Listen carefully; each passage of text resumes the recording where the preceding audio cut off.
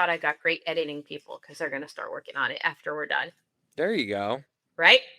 Okay, so hi everyone. It's Cara from Nine Lives Paranormal, and I am bringing you today my friend Jesse Pollack, who is one of the creative minds behind our feature film, The Point Pleasant Tapes, that's going to be shown at the Hollow from 5:30 to 6:30, 7 o'clock around there. About Something around there, yeah. something around there. And I wanted to introduce him to all of you. And I wanted him to talk about what is quickly becoming one of my favorite films that's going to be shown, and the Point Pleasant tapes. So let's hear it for Jesse. Hi, Jesse. Hi, thanks for having me. Oh, thank you for coming. So tell us about what got you interested in documenting this story and doing this story, or this movie, The Point Pleasant tapes. Well, back in 2017, some friends of mine who I podcast with, we took like a road trip around the East Coast of America to just kind of make like a fun, like home movie for fans of the podcast that we did, where we're basically going and actually visiting some of these paranormal spots that we talked about on the show. And a big one for us was Point Pleasant, West Virginia, because we're all big Mothman nerds. And, it's just a completely different experience seeing these places in a documentary or a TV show and actually going there and seeing, wow, so this is where this all really happened. Because very little has changed in Point Pleasant since 66 and 67. And just the whole time that we were ghost hunting there and talking to people about the Mothman, I just had this idea in the back of my head, like, you could make a really great found footage movie about the Mothman and, the strange occurrences with Injured Cold and all this other strange paranormal stuff in that area. And it's honestly a free set because, again, most of the locations have not changed at all since the 60s. So we started workshopping that idea and like a lot of other independent productions around that time. As we got closer and closer to 2020, we were geared up and ready to go. And then the pandemic happened. So we took a couple of years off while that got straightened out to refine the story and prep, do more pre-production. And we finished principal photography in late 2024. It was kind of like the Evil Dead, where it's like, okay, we've got a week here we can shoot. We've got a weekend over here. And in late 2024, we premiered it at the Lambertville Halloween Film Festival. And now we've been taking it around the world, showing it as we gear up to the streaming and Blu-ray release, which will hopefully be later this year, fingers crossed. That's fantastic. I'm sorry. That's fantastic, and I'm sure we all can't relate.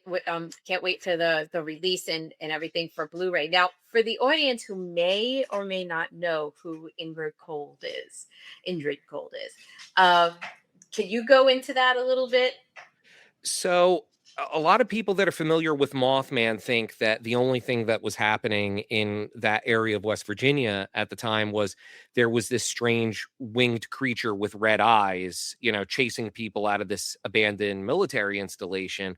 But in that same general area, people were also having these strange visitations from an entity referring to himself as Injured Cold. The first actual documented sighting of him was in New Jersey. Two teenagers in Elizabeth ran into him one night and got scared really bad by him. And at the time, he was just known as the Grinning Man. But it wasn't until a traveling salesman named Woodrow Derenberger was traveling through, I believe, Parkersburg, West Virginia, where he said that this strange flying craft pulled in front of his car and he had to stop. And this guy got out and started speaking to him telepathically and said that his name was Injured Cold and he came from another planet and, said that, he was peaceful and to not be scared. And Derenberger maintained for the rest of his life that he was continuing to get telepathic messages from this entity. Other people in the Point Pleasant area claimed to have similar visitations. The entity didn't always identify himself as Indrid Cold, but the general description usually matched him. So it's become like this sort of sidekick character to this winged cryptid. It's not enough to have a terrifying flying humanoid in West Virginia. There's also this guy who maybe is an alien, maybe is an interdimensional creature, maybe he's a demon, who knows?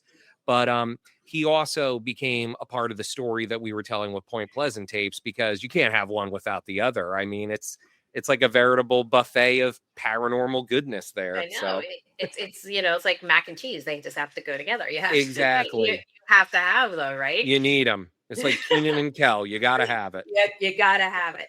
So now with the story of the Point Pleasant tapes, now it is a found footage film. So could you tell us who it basically follows? So we decided to go with a fictional story based on, the actual occurrences. We did a lot of research for several years about, the actual sightings, the people that had, encountered everyone from the Mothman to Indrid Cold to even the Men in Black. They showed up at one point. And we decided to use all of that as this framework where in our story, a author who grew up in Point Pleasant, but after the Silver Bridge collapsed in 1967, a tragedy that some paranormal researchers have attributed to the Mothman sightings. Um, he's sent away to live with family in New Jersey because you got to shout the home area. And he decides after the success of his first book that he's going to go back home with his best friend and his literary agent and try to find out what really happened, because his parents were killed in the bridge collapse and it was something that he never really wanted to deal with until that moment. And like most found footage movies, once he gets back to the scene of the crime, if you will, things don't go well for him and his compatriots. Yes, but we're gonna leave that to everybody to see on at the Hollow. So what Got to come see it if you want to know the rest. exactly? So or you got to wait until it is released, and it hopefully is soon. But uh, Uh-huh. at any rate, so what did you find most challenging about filming this for the Point Pleasant tapes? Well, like the stubborn idiots that we are, we could have very easily shot this thing digital. We could have filmed this on our iPhone and put filters on it to make it look like VHS and Super 8 film. But we decided, we've seen too many of these movies out there where, the audience is getting smarter. These apps are free; they're available everywhere. So the audience is clearly is quickly being able to determine what is a filter and what is not. So we decided, no, let's go the full Monty and get the actual vintage equipment, because we set the story in 1987 around the 20th anniversary of the original sightings. And so, it sounds real easy. Like, oh yeah, we'll just, go to thrift stores, we'll go on eBay, we'll get an old camera from the 80s and some film and some tapes, and we'll go out into the woods of West Virginia and shoot a movie. And oh my God, we had anything that could happen. Film jams, motors breaking down on these cameras, tapes being eaten, stuff where we had to splice reels together because, when you're developing film, it's a chemical process and sometimes you can lose footage while you're processing it. And so anything that could wrong good so anything that could go wrong did go wrong. And that's another reason why it ended up taking about 3 or 4 years to make the film. But I think that hard work really paid off, because there have been some screenings, and I'm not making this up. I swear I'm not being PT Barnum here, but there have been some screenings where we've had people come up to us after the movie and go, "Where'd you get the footage?" And we're like, "No, no, no, this is fake. This is a fake story." "No, no, no, no, no. We know the documentary, the faux documentary that frames the footage is like a reenactment, but where'd you get the real footage?" And we're like, "No, like, that's Mike, the co-director, in, the Mothman suit." Little peek behind the curtain there. But it was all practical effects, nothing digital. We used the original vintage equipment as we could find it, and we're just really hoping that people respond to that. So far, the response has been great. But I'd be lying if I didn't say, you get a little like pre-screening jitters every time you throw it up on the big screen with an audience. Oh, absolutely. It's like anything. It's like your baby up there, and Oh yeah. absolutely, So yeah, but it's funny because usually, like when I talk to directors and producers and I ask them what was the hardest thing, they either say uh budgeting, locale, funding, never, they don't really say the equipment. So Oh yeah. you And know, like don't get me wrong, raising money is always going to be the hardest part of making a movie aside from the technical end of things, but I think we were very blessed to realize like listen, there's no way in hell we're going to raise $100,000 to make this. So let's write a movie that we can film on a shoestring budget. And we did some crowdfunding on Indiegogo, and we had friends and family help out a lot. No one got paid on this on the directorial end. My co-directors and I, none of us took a salary. We were like, the money's going to go to the talent, the locations, the props, the wardrobe, because this was just a real passion project for us. So I think going into it knowing like, hey, we're probably going to have very little to no money to work with. Let's write around this and find a way to be creative. That was our ace in our sleeve. We found a way to do more with less. that's fantastic, and and you can't tell. That's the beauty of it. I Oh, mean, thank you. it's so wonderfully crafted and put together that you can't tell. Now your cast, did you put out a call? Are they people that you know, or how did you? Well, there's a version of this film that no one will ever see. We made a version of this back in 2022 with some friends who we thought like, "Oh yeah, they would be good for this." And it just wasn't working. The chemistry wasn't there, and so, we basically looked at the footage and had to make the difficult decision to scrap it. And we ended up talking to a couple friends of ours that were production assistants on that first leg of filming, because number one, they were a joy to be around, and they had charisma, and they also happen to have theater training. Kai, who plays Chandler in the film, he was a theater major in high school. He's been in several productions, and he was there just helping out because he was Dan, our co-director's childhood best friend. And you find out who your real friends are and who's really reliable real quick when you're in the woods of West Virginia with no money trying to make a movie.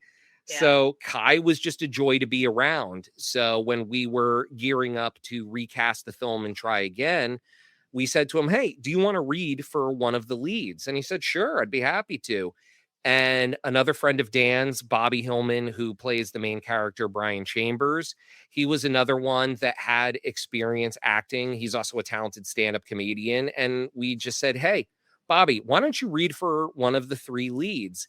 And he and Kai knocked their audition out of the park. And Bobby said, "Listen, if you don't have someone in mind for the third lead yet, my friend Eric, he would be really, really good for this." And I believe he had done some acting in theater productions as well prior to this. Or at least I think he said that they did improv together, like an improv group. I said, "Sure, let's do a table read." And he was phenomenal. And it was just one of those things where you got three people in a room right away and you knew this is it. There's chemistry. These guys are like the three leads in Jaws. You just want to watch these guys go through hell together.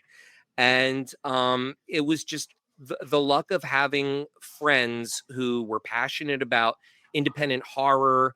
And hey, let's grab some old cameras and go into the woods and see if we can make a fun movie. And I don't know, the stars aligned. It all worked out.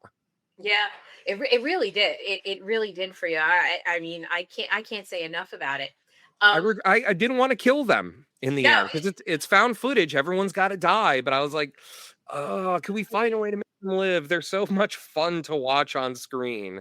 well, unfortunately, Yeah, yeah, sorry guys, them's the bricks. yeah, right. So, is there, I know you wrote this as a film, but is there any chance you'll ever make it into one of your books? Because I know you're a very good author and you're a very Oh, good thank writer. you. You know, so I've been kind of toying with the idea of like maybe some sort of a book tie-in, like maybe like the lost diary of Brian Chambers is found all these years later, sort of like the lost diary of Laura Palmer from, Twin Peaks. So maybe there's something on the horizon. If enough people are like, wow, I really like this movie. Can we have something else from this universe? Maybe we'll do some sort of a book tie-in or maybe a sequel or something at some point. The thing about Mothman is he's kind of like a Rorschach test. You can do anything with the Mothman. On one hand, he's a terrifying monster that may have toppled a bridge into the Ohio River and killed almost 50 people. And on the other hand, he's also an LGBTQ icon that is emblematic of being yourself and living your best life. You can do whatever you want with Mothman. That's why we love him. Absolutely. I mean, I was actually thinking, some of the lore behind Mothman is, that he's this demonic creature that caused that bridge to fall, but other people revere him as a harbinger that he's warning people of bad Mhm. things to happen. And the interpretation of everybody's experience, right, was what, like, why we do the paranormal. And everybody's journey is different. Everybody is going to look at their experience and process it in their way so that it's meaningful for them. And it's just like, the Mothman. It's like, is he, and same with injured cold. People have looked at him, and like you said, is he this alien frightful thing? Other people have said, I was a friend of injured, for, Yeah. yeah, and it's just very, it's fascinating that that entire story and all that, lore about the entire thing, as how many interpretations and how many ways it can go, you And know that was a big reason why we went with that instead of like crafting our own cryptid or our own paranormal entity. Like we could have very easily come up with something like the people that made Bye Bye Man did or something like that, or Babadook. Mhm. But there's just so much rich lore with Mothman, Injured Cold, the Men in Black, the poltergeist activity, the UFO activity, all this stuff happening in this little town of less than 10,000 people. It's almost like a Stephen King story. This little town, this sleepy town of working class people, salt of the earth people in America, suddenly have to face this indescribable, unexplainable paranormal force. And it was, again, like a playground, a sandbox. It's like, okay, we can take a little bit of this part of the legend and mix it up with this part and, combine it into this story that's really going to resonate with audiences and hopefully give them a good scare. Because at the end of the day, the thing that we wanted to do the most, other than make like a genuinely like convincing found footage horror film, is give the audience something they can turn their minds off for an hour and a half and just enjoy a fun thrill ride of a horror movie. We live in uncertain times. There's enough horrors just walking out your front door these days, but we figured like let's give people a fun horror movie to enjoy and a good cryptid to lead the way. You certainly delivered on that, and you're absolutely right. And I know we've talked about this. I just came back from West Virginia, but I did my own paranormal investigation of trans Allegheny Lunatic Asylum, Mhm. and which also didn't disappoint. But it does, the state itself of West Virginia, and maybe this is, just me, because I do paranormal investigation, and I love lore, that these people are, you know living in such a rich paranormal hotspot, Oh yeah. and not even, and even, where I was, it's like you walk out into the community and people just accept it, like, this is, oh yeah, that's this and that's that, and it's Mhm. just like me going down the street and I'm saying, hey, there's my neighbor Bob. It's like, yeah, that's It's that's an the mom. accepted part of life. Yeah. Yeah, we would have so many people because we filmed, in the original sighting locations out in the open, and we would have cars pull over seeing us filming and be like, "What are you guys doing?" "Oh, we're making a Mothman movie." "Oh, get the camera. I'll tell you, like, I have a story to tell you." And they were genuine. They didn't seem to be like, oh, this is my shot to get on TV or something. They were like, no, I got to tell you about this. I've seen something. And we had to make the heartbreaking call to be like, well, we would love to do that, but this isn't a real documentary. We're making like a fictional horror film, but, by all means, tell us the story. And, we can find some lore to put in there. Like, we have this subplot in the film of a cult in the woods that's devoted to Mothman, and a couple people have asked us, like, oh, was that a nod to the Mothman cult in Fallout 76? And at the time I first heard about this, I wasn't even aware because I'm not a huge gamer. But no, it was literally just talking to people in town, and they were like, oh yeah, back in the 80s, there was like a weird cult over by where they saw like the Mothman. And I was like, well, what would they do? And they're like, oh, it's the usual stuff, animal sacrifices and weird stuff spray painted on abandoned buildings. But that's a genuine part of the lore. We didn't have to go, oh, let's spice it up with a cult. It was like, oh, that's part of it too. Okay, well, we'll put that in there as well. And people will talk about it like they're talking about the weather down there. It's like growing up in New Jersey. You accept that you live in a strange part of the country. Yeah. Yeah. It's like it's comparing it to say like living, we have the Pine Barrens and and Hmm. everybody around here, it's like we accept the fact, that we live in where or near one of the most haunted locations, and everybody knows where the Pine Barrens is, and everybody says the same thing. Don't go in there by yourself, Yeah. and people far and wide know that lore. And it's funny you're talking about the cult because I actually thought and this, it just came to me when I was at Trans Allegheny, right? Hmm. We were telling us all the do's and the don'ts of the investigation. And one of the things that came up that they said that we're not allowed to do is we were not allowed to do any ritual or blood sacrifice. And I was like, how many times does that have to happen that you have to put it in the fine print?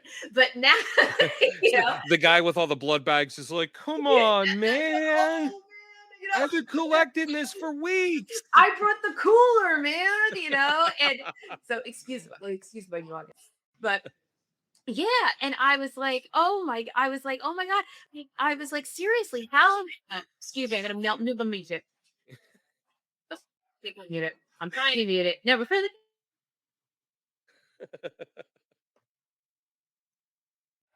you know what it is, Gail. We'll take this whole part out. Gail came home from work.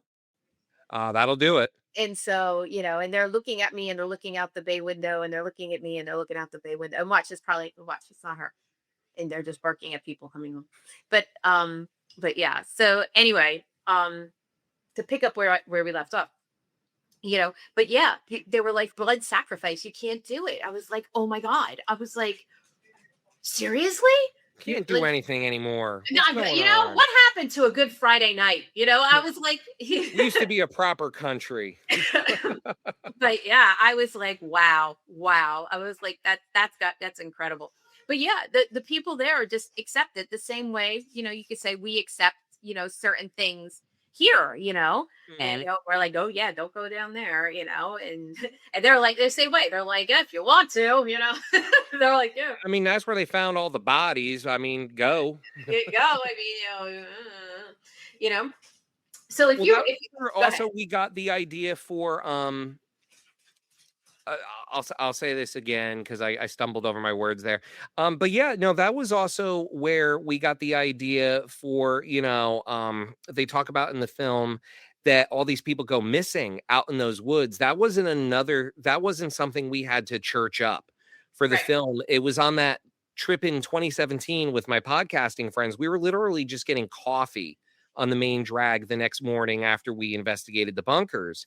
And the barista was telling us, she was like, oh, did you have fun in the bunkers last night? And we're like, yeah, it was spooky. We didn't see the Mothman, but we heard like voices and weird things. And she was like, oh, it's probably all the suicides out there. And I said, what? And she goes, oh, yeah, about a dozen people kill themselves out there every year, but they keep it out of the papers. It's, so the families don't get upset and all that. But yeah, people go missing out there all the time. And we're like, we didn't know about that venturing in there at 2 in the morning. Okay, that's interesting. So again, it was another like spooky thing that was told to us completely nonchalantly that we were like, we're putting that in the movie. It's too rich of a lore, nugget to not use. Exactly, exactly. And I love how things like that unfolded for you, you know? It's like the story wrote itself, you It know? did, yeah. The story wrote itself and you were there to document it and to create I'm going to edit my son out. He's pre-gaming Knicks. He's pre-gaming, Oh, okay, there you go. you know. Um but yeah, as I was saying, so the story wrote itself, and it you were there to document how it just unfolded and created this wonderful story, around all of that lore, as well as giving people a peek into what really like your experience. You're saying it's a fictional found footage tape, but in a way, it's like you found the story as you were going on. It's like Mhm. your found footage experience. You found all it's incredible. It's just incredibly done. Well, thank Down. you. It's hard for all of us to, take credit for some of this stuff because again, it's stuff that we found just talking to people and doing research. Like one of the most fun aspects for this project for me is I'm hoping that people will see the film and go to Point Pleasant and be like, yeah, but all that stuff they talk about, like, the cult in the Point Pleasant tapes, that's not true, right? Oh, no, no, we had one. Yeah, but it wasn't like people in robes and bonfires. Oh, no, no, we had that. You know. Oh, yeah, but people surely don't go missing in those woods. Surely not a dozen a year. Oh no, that happens. So yeah, it writes itself somewhat. Like the only stuff in the film that's fictional is just the story that we crafted with the three leads. But all this stuff that they encounter are things that were told to us either by locals that we interviewed, other paranormal investigators, or stuff we read in the original police reports, or books by Jeff Walmsley or John Keel or Gray Barker. It's just, again, we had this rich playground to use, and we really didn't have to make much up at all. No, you really did it. Um, And that's the other thing I wanted to ask you, the research that went into it, that went behind it. Like you said, you said that, the police reports and the books that you were using, how much of the police reports and firsthand account stuff did you have to delve into? And how do you even go about finding it? Like how do you even, you know? Yeah, we lucked out. A lot of that is available for the public to read because it's on display in the Mothman Museum. Like the original sheets from the police report are on display there. They're also reproduced in a few of Jeff Walmsley's books. So finding that was the easy part. Unlike with my true crime books that I've written, sometimes it's really like pulling teeth to get information out of the police or even paperwork. This one, it was like, okay, we have everything at our disposal. And a lot of the people are still alive, the original eyewitnesses. So, you could just stop into Village Pizza and get lunch in the middle of production, and you will end up running into someone that, like one guy we talked to, he was like, oh, yeah, I remember when I was on my school bus riding on the way home, we saw it circling overhead over by Tiny's Diner. And we're like, okay, well, it's not going to be hard figuring out, who do we talk to? They tend to find us.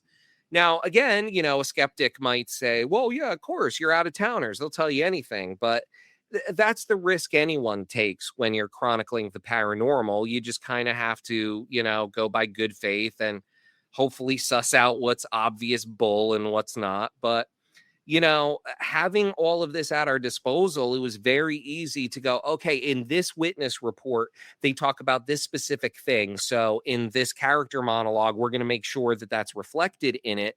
Because again, you really don't need to get too creative. You can just utilize, okay, this witness said this witness said that.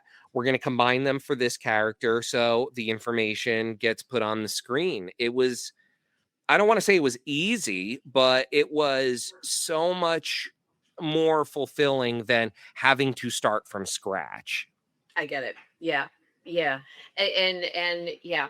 And I love that that this story is based on a true story, but does reach back to the lore. Mhm. it's really it's fantastic, and I like things like that. I like the lore. I like, I'm the type of person that if I didn't know you, all that, I would watch your movie and then I would go back and I would research it. you Oh, know thank you.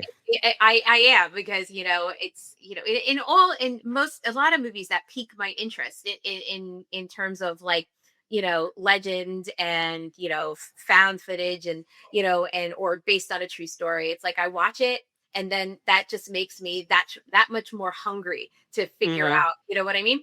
So then I go and I research, and in leads me to what my next question is, like, is that something that you would want people to, come away with in watching your film? Like, what is, I know you said you want people to have a good time, but, and just relax, and, put their cares aside and just have fun with a good horror movie, you know.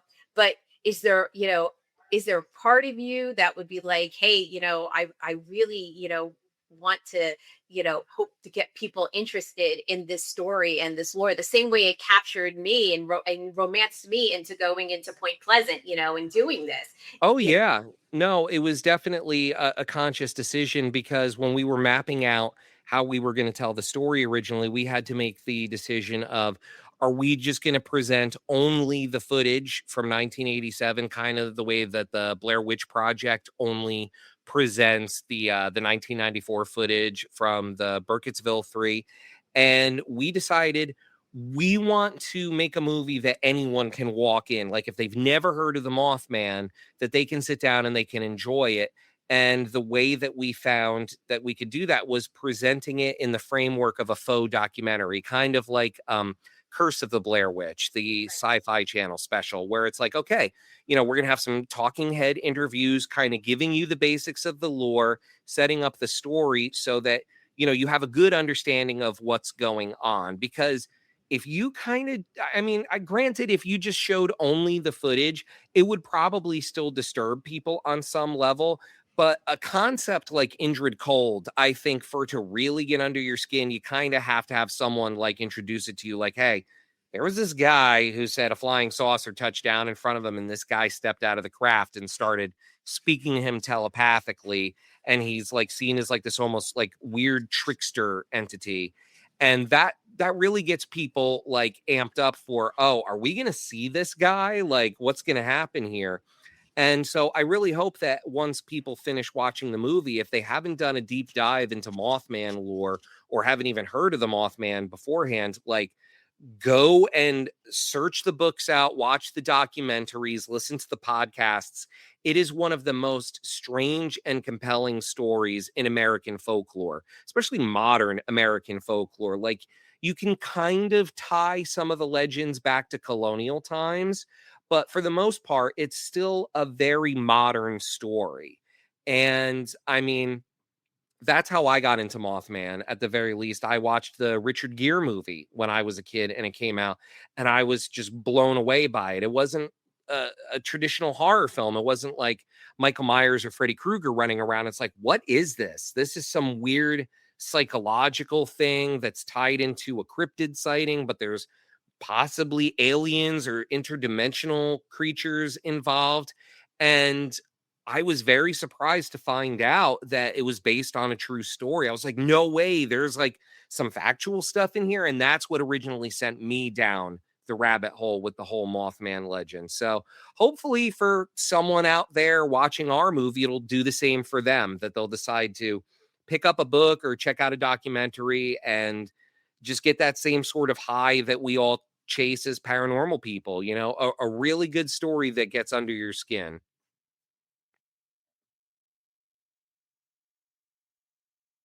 Uh-oh, Carrie, you're muted. Uh-oh, sorry. You're I was, fine. anyway, as I was saying, that as paranormal investigators, it's that story that really hooks us in. It's like that Mhm. history, that lore, that, and I it's like we give those stories a voice, and Everybody remembers the first ghost story they ever heard. absolutely. I mean, like, um, but what is next for you coming up? 1289 Films, our little ragtag gang of friends that brought you the Point Pleasant tapes.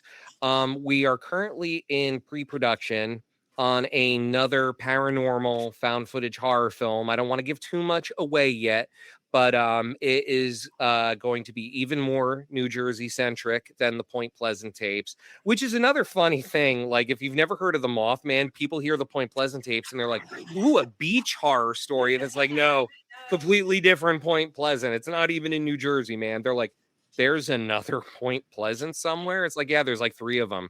I don't know why. But yeah, this one is going to be set in New Jersey, and we're going to really up the ante. You know, we proved to ourselves, can we make a decent found footage horror movie with some comedic elements and, you know, some good practical creature effects. And now we're going to challenge ourselves to the next step and see if we can build upon that. So again, I can't give away too much just No. yet, but you know, for better or worse, people haven't seen the last of 1289 films. And we don't want to have the last of 1289 films, you I know? hope not. No, we don't, right? And what about your writing? But you I'm actually working on a Mothman book next. look at It's like I've been doing all this research for 9 years. I was like, well, I gotta do something else with this. I want to write a Mothman book. You know, after doing true crime for the last 12, 13 years of my life, I was like, I need something that's a little less heavy, you know, which is really strange when you're talking about a story that involves a bridge collapse that killed 47, I believe 47 people. And so it's just like I just wanted to go back to my roots. You know, I grew up loving reading about local horror stories in, you know, the Star Ledger and Weird New Jersey magazine and all these other places. And you know, after dealing with some real life horrors, I wanted to go to something that was a little more of a comfort zone for me and be like, you know, let me get back into what made me fall in love with storytelling in the first place. So the next book for me is going to be a proper Mothman book. fantastic. We can't wait. Can't wait. And so and it's going to be all researched and all that, you know, or whatever. Oh yeah, it's going to be totally nonfiction. None of the, you know, we did the fictional Mothman Right. story, and I was like, well, now it's time to put the real stuff out. Right. Oh, fantastic. Well, it was fantastic meeting with you. I know it's getting late, you know, and you got to eat dinner and all that stuff. And All that stuff, the I, washing, the cleaning. yeah, I know. We got to start adulting, right? Yeah, And we got to keep the lights on while we make the monster movies. exactly, right? So anyway, so yes, so you will be there on the 22nd, and you are also going to be interviewing the Q&A with Michael C. Williams from our other found film, right? It all comes full circle, you know, First from full Blair Witch to the circle. Point Pleasant tapes. Exactly. So you will be interviewing him in our meet and greet, right? And Yep, talking about all the horrors and triumphs and tribulations of making a proper found footage movie in the woods of the East Coast of the United States, you know, and everything wonderful and terrible that goes along with it. I'm sure we're all going to have some great stories to share. I'm sure we are. So we can't wait to see you. And on the 22nd, everybody, and keep, you know, come on out to the Hollow. The tickets are on sale on Eventbrite. That the Point Pleasant tapes are going to be shown between like 5:30 to 6:37 in there, depending on how long it's going to run. The Hollow runs from 11 in the morning to 5 p.m., where you will get to do meet and greets with Jesse and Michael C. Williams and all these other celebrities and people from film and the paranormal. There'll be lectures, Celebrity and me. celebrities, and us. And that guy. No, no, no, no. Oh, yeah. So yes. Well, Jesse, you're you know you're with all this, you're a celebrity in my eyes because you know you made a movie. Oh, hush. So anyway, yeah. So everybody, come on out and get your tickets before, because I'm sure the event is going to sell out. And the ticket sales and everything goes to a good cause. We are donating to the Trevor Project and the American Foundation for Suicide Prevention. So every ticket that you purchase, goes to help save a life. So please come out and support us, support Jesse, and we'll see you on August 22nd. Anything you want to say? Be there, be square. Come on, it's for a good cause. There's going to be incredible vendors there, other artists. You know, Michael Williams from the Blair Witch Project is going to be there. Michelle Belanger is going to be doing a video presentation. It's the night of 1,000 stars. Go to the website. The Hollow website has everything written out there. It's going to be a heck of a good time. And like Kara mentioned, it's all for two very wonderful causes. So grab your tickets, smile knowing that they're going to, very needed causes. And top it all off at the end of the experience with a fun Mothman horror movie. I'll be sitting there watching it along with you all, and it's going to be a blast. I can't wait to see you all there. All right. So with that, I'll wish you a good night and I will see you on the 22nd. See you then.